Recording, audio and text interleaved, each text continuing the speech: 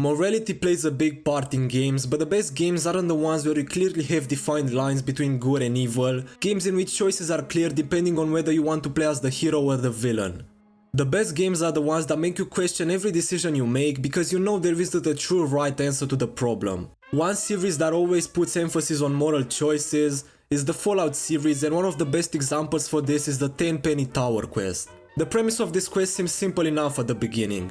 The residents of 10 Penny Tower are living a beyond average life for the wasteland inside the tower, and a group of ghouls led by Roy Phillips wants to also live in the tower because they are currently living in Wellington tunnels, which are infested with dangerous feral ghouls.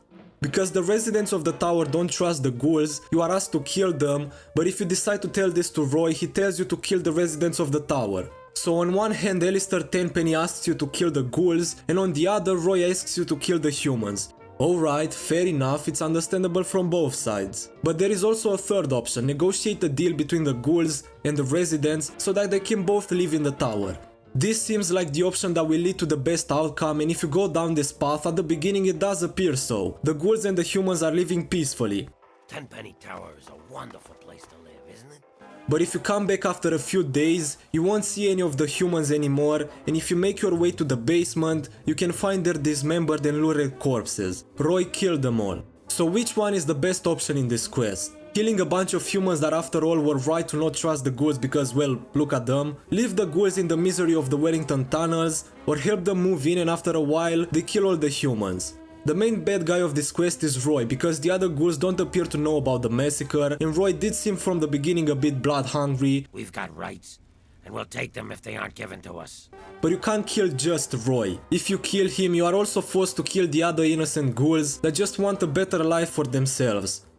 So in this quest, which one is the best option? No matter what you'll do, you will get a bad outcome, and it comes down to the player to decide which lives he deems more valuable.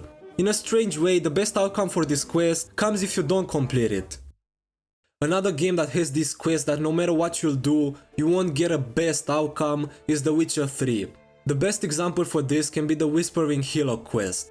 During this quest, you are told by the witches of Crookback Bog to kill this mysterious tree entity. So you make your way to its location, but before that you stop in a village that worships the crones, and the leader of the village tells you that the crones keep them safe from the evil of the tree spirit. With this information in mind, you arrive at the spirit with the preset idea that it's evil, but once you talk to it, you are told that the crones plan to kill the children of the orphanage, and the only way to save them is to instead release the spirit. But still, you don't really have a reason to trust it. I mean, look at it. It's a weird talking heart with a creepy voice that is located in an even more creepy location. So you kill it.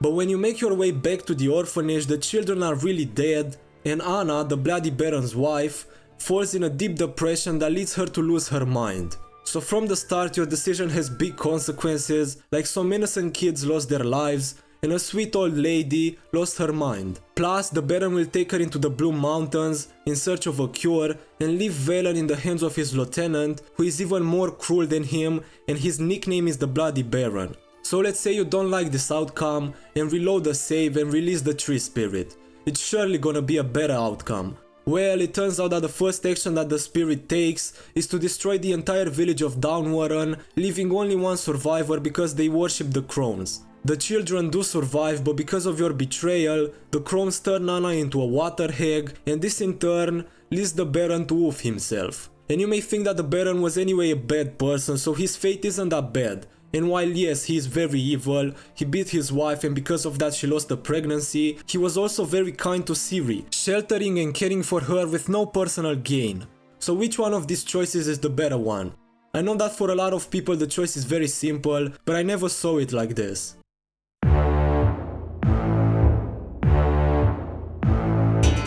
Another game that has a lot of moral choices, even if it doesn't seem so at first glance, is Papers, Please. To me, Papers, Please is a game that I play quite regularly, and not because of its amazing story, but because I find it very relaxing. But still, this game, if you think about it, has some really hard moral choices. In the game you work at a border crossing and get paid depending on how many people you correctly let through in a day. If you make mistakes by accident or intentional, you get paid less. Your character also has a family that is entirely dependent on his income, so if you make mistakes they don't eat or they freeze to death. So what do you do when someone comes to the border and tells you that they are trying to escape someone very dangerous and that if you don't let them through, regardless of the fact that they don't have all the documents required, they are going to be murdered? On one hand, the decent thing to do is to let them through the crossing because it's gonna save their lives, but if you let them through, there is a possibility that your son and daughter aren't going to eat tonight. When they're asking for food, you can't just tell them, hey, we don't have any, but because you don't eat, someone is alive. Another example from this game is when a soldier comes to you and tells you that he has a quota of arrested people he needs to fulfill and that if you help him, he will give you part of his bonus. If you arrest random people, you will get paid less, but if the soldier gives you part of his bonus, even with the penalties, you will turn a profit. So what are you supposed to do? Arresting innocent people will ruin their lives, and it's clearly wrong, but your son is freezing because you don't have enough money to pay for the heat, and the bonus will clearly help you. Again, this game forces us to make a difficult decision. But if you like this video, I'm really curious to hear your opinions down in the comments and tell me what you did in the situations I presented, and also I'm eager to hear tough choices from other games. If you'd like to support this channel, the best way of doing so is by leaving a like, and why not also subscribe, but I will see you soon, goodbye.